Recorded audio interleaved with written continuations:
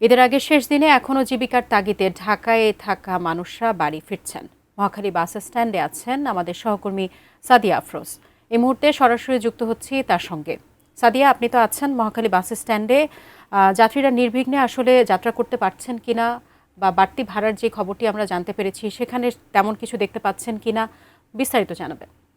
হ্যাঁ, গড়িয়ে যাচ্ছে যেহেতু এই যারা যাত্রী ছিলেন বাসের যাত্রী, আমরা জানি যে মহাখালী বাস টার্মিনাল কিংবা অন্যান্য যে বাস টার্মিনালগুলো ছিল সেই টার্মিনাল থেকে অনেক বাস সকাল থেকে ছেড়ে গেছে, কিন্তু এখনও যাত্রীরা এখন পর্যন্ত টিকিট কাটেননি কিংবা যেতে চান সেরকম যাত্রী এই টার্মিনালগুলোতে আসছেন।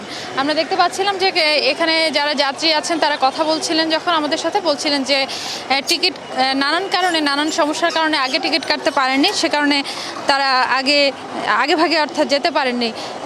তাই অনেকেই চেষ্টা করছেন যে এই সুনির্দিষ্টভাবে একেবারে এসেই এখানে টিকিট কেটে তারপর বাসে করে বাড়ি ফিরতে। কিন্তু যে সমস্যাটি হচ্ছে সেটি হচ্ছে যে বাস পরিপূর্ণ না হওয়া পর্যন্ত, না ভরা পর্যন্ত তো বাসগুলো ছাড়ছে না। সেই জায়গায় যারা প্রথম দিককার টিকিট কেটে বাসে উঠে পড়ছেন তাদেরকে হয়তো দীর্ঘ সময় অপেক্ষা করতে হচ্ছে, এবং দীর্ঘ সময় অপেক্ষার কারণে তাদের হয়তো বা যারা শিশু কিংবা বয়স্ক রয়েছেন তাদেরকে বেশ ভোগান্তি পোহাতে হচ্ছে। এছাড়া যাত্রীরা বলছিলেন যে বেশি ভাড়া গোনার যে অভিযোগ সেটি এই টার্মিনালেও তারা লক্ষ্য করেছেন। আমরা অন্যান্য বাস টার্মিনালেও গত কয়েকদিন থেকে এই বাড়তি ভাড়া গোনার অভিযোগ শুনছিলাম, সে জায়গা থেকে আজকে আমরা দেখছি যে এখানেও একই অভিযোগ পাওয়া গেছে, এবং যাত্রীরা বলছিলেন যে এই ঈদ আসলেই তাদেরকে এই যে ভোগান্তির মধ্যে পড়তে হয়, বাড়তি বেশ কিছুটা ভাড়া দিতে হয়, সেটি আসলে সুরাহা হলো না, এবং সেখান থেকে তারা বেরিয়ে আসার জন্য কর্তৃপক্ষকে বিশেষ নজরদারির আহ্বান জানিয়েছেন। বিশেষ করে যেহেতু তাদেরকে ঈদের পরে আবারও ফিরতে হবে, সে জায়গা থেকে তাদের এই আহ্বান। তবে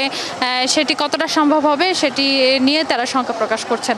তবে এখানে যারা যাত্রী আছেন তাদের সাথে কথা বলছিলাম যে একেবারে শেষ মুহূর্তে তারা কেন যাচ্ছেন। তারা বলছিলেন যে হয়তো নানান রকমের তাদের শারীরিক সমস্যা বা পারিবারিক সমস্যা ছিল, সেসব কাটিয়ে উঠে তারপরে তারা রওনা করছেন আসলে। এবং আগামীকালকে আপনি জানেন যে ঈদুল আজহা, এই ঈদকে ঘিরে শেষ সময় হলেও তারা প্রিয়জনের কাছে পৌঁছাতে চান, এবং শেষ সময় হলেও তারা চেষ্টা করছেন যে যেভাবে হোক বাড়ি পৌঁছাতে। আপনি যেহেতু বাড়ি না গেলে আসলে ঈদের আনন্দ, প্রিয়জনের কাছে না গেলে ঈদের আনন্দ তেমনটা আসলে প্রকাশ পায় না, কিংবা সেই অনুভূতিটা আসে না।